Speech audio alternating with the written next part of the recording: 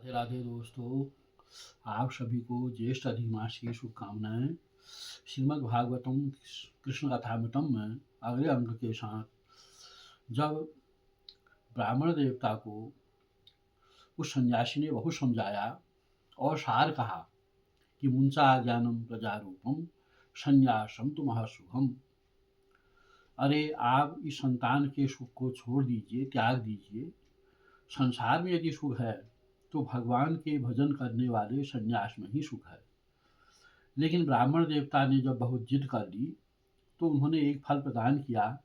कहा जाओ इसे अपनी पत्नी को देना, वह सात्विक आहार करे और अगर हो सके एक समय फल और एक समय भोजन करे और भगवान का चिंतन करे। प्रायः लोकाचार में तो कहा जाता है कि जो गर्भावस्था में स्त्री हो उसे कुछ भी खाने का मन करे उसे खिला देना चाहिए। तो वहाँ पर ये ध्यान रखना चाहिए कि उस स्त्री को अत्यधिक तीक्ष्ण कटु भोजन ग्रहण नहीं करने चाहिए और सात्विक आहार ग्रहण करने से संतान भी सात्विक होती है और तामसी आहार ग्रहण करने से बचना चाहिए।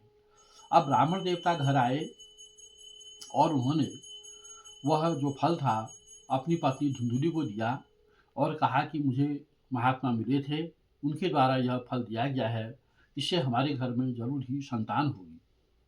अब ब्राह्मणी के मन में अनेक प्रकार के विचार आने लगे और वो सोचने लगी कि इससे तो संसार में लालने पालने दुखम प्रसूतायास वर्तते विधवा व बंध्या नारी ततो सुखी में मति। उसके मन में विचार आया कि संसार में संतान होने में तो लालन पालन में उसके पैदा होने में बहुत कष्ट होता है। मेरे विचार से तो जो विधवा है या बंध्या नारी है वही संसार में सुखी है। अब अनेक प्रकार के जब कुतर्क उसके मन में आने लगे तो उसने ब्राह्मण देवता से कहा मैंने फल खा लिया है लेकिन फल को छिपा करके रख दिया। कुछ समय के पश्चात ब्राह्मण देवता अपने कार्य में चले गए। उसने मन में विचार किया कि मैं अपनी बहन से इस समस्या को कहती हूँ। बहन घर में आई, उसने बताया मेरे पहले ही बहुत संतान है और फिर संतान होने वाली है। इस संतान को मैं तुझे दे दूंगी, इस फल को परीक्षा लेने के लिए गाय को खिला दे और तू इस प्रकार से अपना स्वरूप बना कि तेरी संतान होने वाली है। उधर मैं अपनी हर साल में ये कहूँगी कि 6 महीने में मेरा गर्भ नष्ट हो गया है और बाद में उस बालक को मैं तुझे दे दूंगी और उसका पालन पोषण करने के लिए तुझे कहना पड़ेगा कि मुझे तो इस उम्र में संतान होने से दूध हो ही नहीं रहा है, अतः मैं अपनी बहन को बुला लेती हूँ।